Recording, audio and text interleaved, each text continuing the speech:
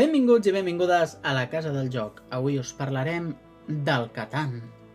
Un dels jocs més popularitzats arreu del món, apte per a tota la família i, al igual que d'altres com el Monopoly, destructor d'amistats. Poques pensaven Klaus Teuber l'any 1995 que el joc que havia dissenyat arribaria a tenir tant d'èxit i que ens hauria obert a tanta gent les portes de l'entreteniment deixant de banda els típics dominó i parxís. Avui dia són molts els apassionats del Catan, però darrere d'aquest joc que combina estratègia, atzar i habilitats de persuasió s'amaga una història més profunda de la que ens imaginem, plena de curiositats. I és que el Catan no està sol. Té dos germans que no s'han fet tan famosos, però que sense ells no existiria el Catan tal com el coneixem. Per entendre-ho bé, aturem-nos primer un moment en Klaus Teuber, la ment darrere del Catan.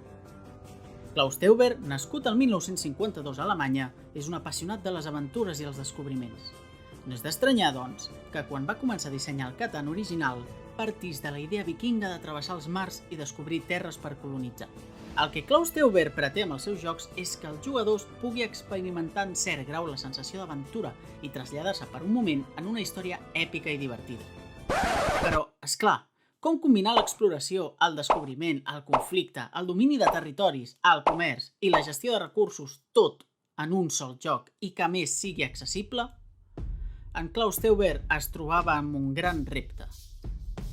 La primera idea era fer un joc gran, ambiciós, on encabir-ho tot.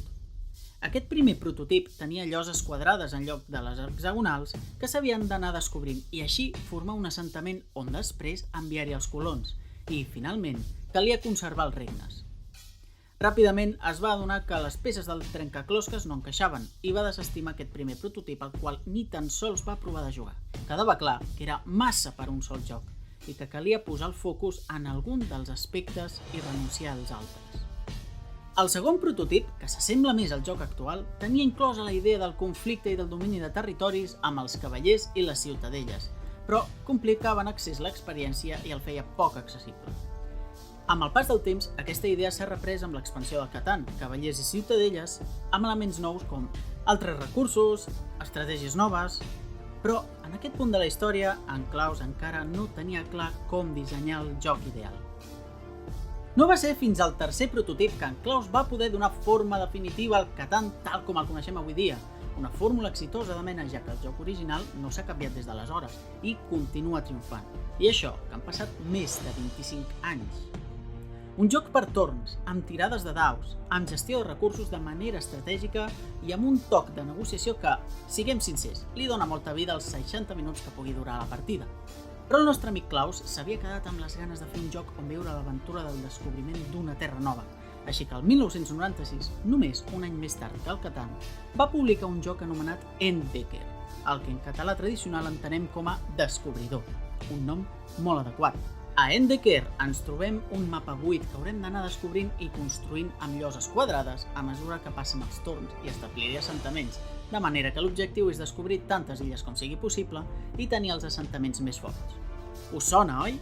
Sembla que l'amic Klaus no podia oblidar la primera idea que va tenir i en lloc de renunciar-hi la va canalitzar per crear un altre joc, posant en escena el primer germà del Catan. Doncs un any més tard, el 1997, va repetir la jugada amb Löwenherz, o Cor de Lleó en català. Klaus completa la seva trilogia d'experiència vikinga amb Löwenherz, un joc on els jugadors competeixen per dominar el regne i assegurar-se el tro, apoderant-se de la major quantitat de territori possible. Per fer-ho, construeixen murs, entrenen cavallers i es baten en duel per dominar el regne. A diferència dels anteriors, aquest joc va ser reimplementat el 2003 sota el nom de Domain, amb alguns petits canvis d'alguna mecànica. Així doncs, entra en escena el segon germà del Catan i, d'aquesta manera, Klaus havia donat sortida a la seva motivació inicial, la d'una aventura on descobrir, colonitzar, mantenir un territori i d'aquesta idea van sortir 3 jocs diferents, també amb èxit diferent.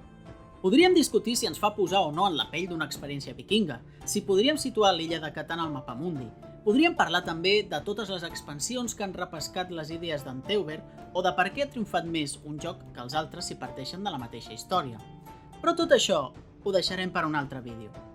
Avui hem fet un petit repàs a la història darrere del Catan i dels seus dos germans perduts, Entdecker i Löwenherz, que conformen la trilogia vikinga que en Klaus Teuber ens ha volgut fer reviure i que fins i tot ha inspirat històries al voltant d'aquest univers com el llibre homònim publicat el 2003 per Rebecca Gablé, una lectura quasi obligatòria per als fans d'aquest joc. Si us ha agradat aquest vídeo i us agradaria que en féssim més sobre altres jocs, recordeu, doneu like, subscriviu-vos i recomaneu aquest vídeo a familiars, amistats, a qui vulgueu. Serà un gran gest pel català i tindreu la nostra gratitud eterna, que no és poc. Per la nostra part, ho deixem aquí. Ens veiem en el proper vídeo de la Casa del Joc.